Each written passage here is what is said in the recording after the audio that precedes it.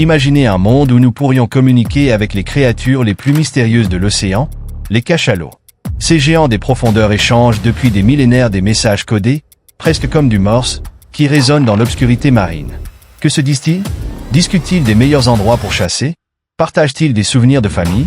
Grâce à un projet scientifique audacieux, nous pourrions bientôt percer ce mystère et comprendre leur langage. Si ce projet réussit, il marquera le plus grand effort de communication entre espèces jamais réalisé, transformant notre vision des cachalots et peut-être de toute vie sur Terre. N'oubliez pas de vous abonner pour ne rien manquer. Activez aussi la cloche pour être les premiers informés quand une nouvelle vidéo débarque. Un groupe de cachalots se retrouve au large de la côte de la Dominique. Comme lors de toute réunion de famille, de nombreuses conversations ont lieu. Les cachalots communiquent grâce à des motifs de clics semblables aux morses, appelés codas. Depuis des décennies, les scientifiques se demandent ce que disent ces baleines. Échangent-ils des conseils sur les meilleurs endroits de pêche? Les mères cachalots partagent-elles des histoires sur l'éducation de leurs petits? Aujourd'hui, un projet unique pourrait révéler ce mystère. C'est sans doute l'effort de communication interespèces le plus ambitieux de l'histoire. Et s'il réussit, il transformera complètement notre vision de ces mammifères marins. Sommes-nous à un battement de cils de pouvoir discuter avec des baleines? L'océan est un lieu totalement différent de notre habitat. Il est profond, immense, et la plupart de ces zones sont sombres. Les cachalots vivent dans un monde sonore. Leur nez est le système sonar naturel le plus puissant de la planète. Le son est produit juste en dessous de la narine, voyage à travers leur tête, rebondit sur leur crâne, et sort à nouveau par l'avant de la tête sous forme de courtes et puissantes séries de clics. Les clics d'écholocation permettent de naviguer et de chasser. Par exemple, pour attraper des calmars dans les profondeurs de l'océan.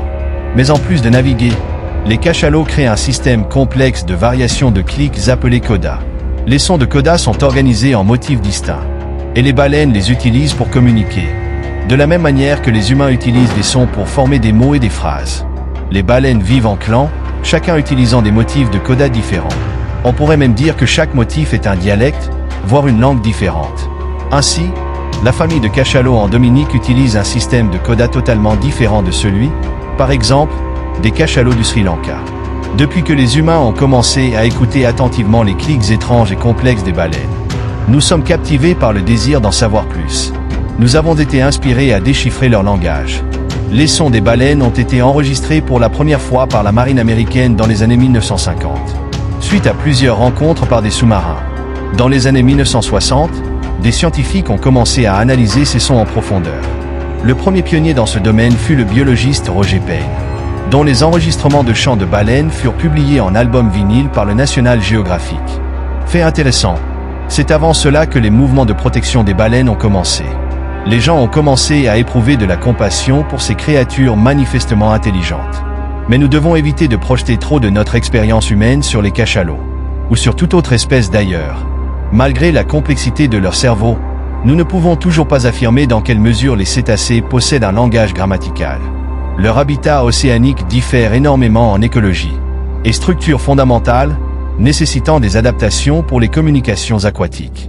Ce qui est certain, cependant, c'est qu'ils possèdent des capacités cognitives et vivent en société comparable aux nôtres. Et le langage humain a évolué, en partie, pour gérer les relations sociales. Au même moment où les premiers enregistrements de sons de baleines commençaient à se répandre, des chercheurs ambitieux ont levé les yeux vers le ciel. Le projet SETI, pour la recherche d'intelligence extraterrestre, a jeté les bases de la recherche de civilisations extraterrestres. Il scrute le ciel à la recherche de signes de vie extraterrestre depuis les années 1960, sans avoir trouvé un seul message jusqu'à présent. Peut-être devrions-nous tester nos compétences de décryptage sur des signaux présents sur Terre. Au lieu de pointer nos antennes vers l'espace, nous pourrions nous concentrer sur les cultures océaniques qui nous sont étrangères. Pour décoder les mystérieux clics traversant l'océan, un groupe de scientifiques a lancé un projet appelé SETI, qui devrait faire des percées majeures dans les prochaines années. En enrichissant significativement la base de données des codas de cachalots, la technologie est déjà disponible. Les modèles de langage, CIA qui décryptent automatiquement les langues, fonctionnent comme nos smartphones qui suggèrent des mots en écrivant un message, mais de manière beaucoup plus sophistiquée. Ils peuvent rédiger des articles, résumer des textes complexes, et même traduire entre langues. C'est précisément ce que font maintenant les chercheurs de SETI avec les codas des cachalots, en les soumettant à une IA. Leur première preuve de concept a déjà donné d'excellents résultats, en appliquant des algorithmes de machine learning aux données existantes. Ils ont pu identifier des clans et des individus avec une précision de plus de 95%. Cependant, pour les codas des cachalots, le projet SETI fait face à un défi majeur. D'énormes quantités de données sont nécessaires. Les réseaux neuronaux sophistiqués des modèles de langue utilisent une base de plus de 100 milliards de mots. Sean Garrow, leader du projet SETI et pionnier de la recherche sur les cachalots, a rassemblé la plus grande quantité d'enregistrements de cachalots, mais seulement environ 100 000 codas, assez pour faire avancer le projet.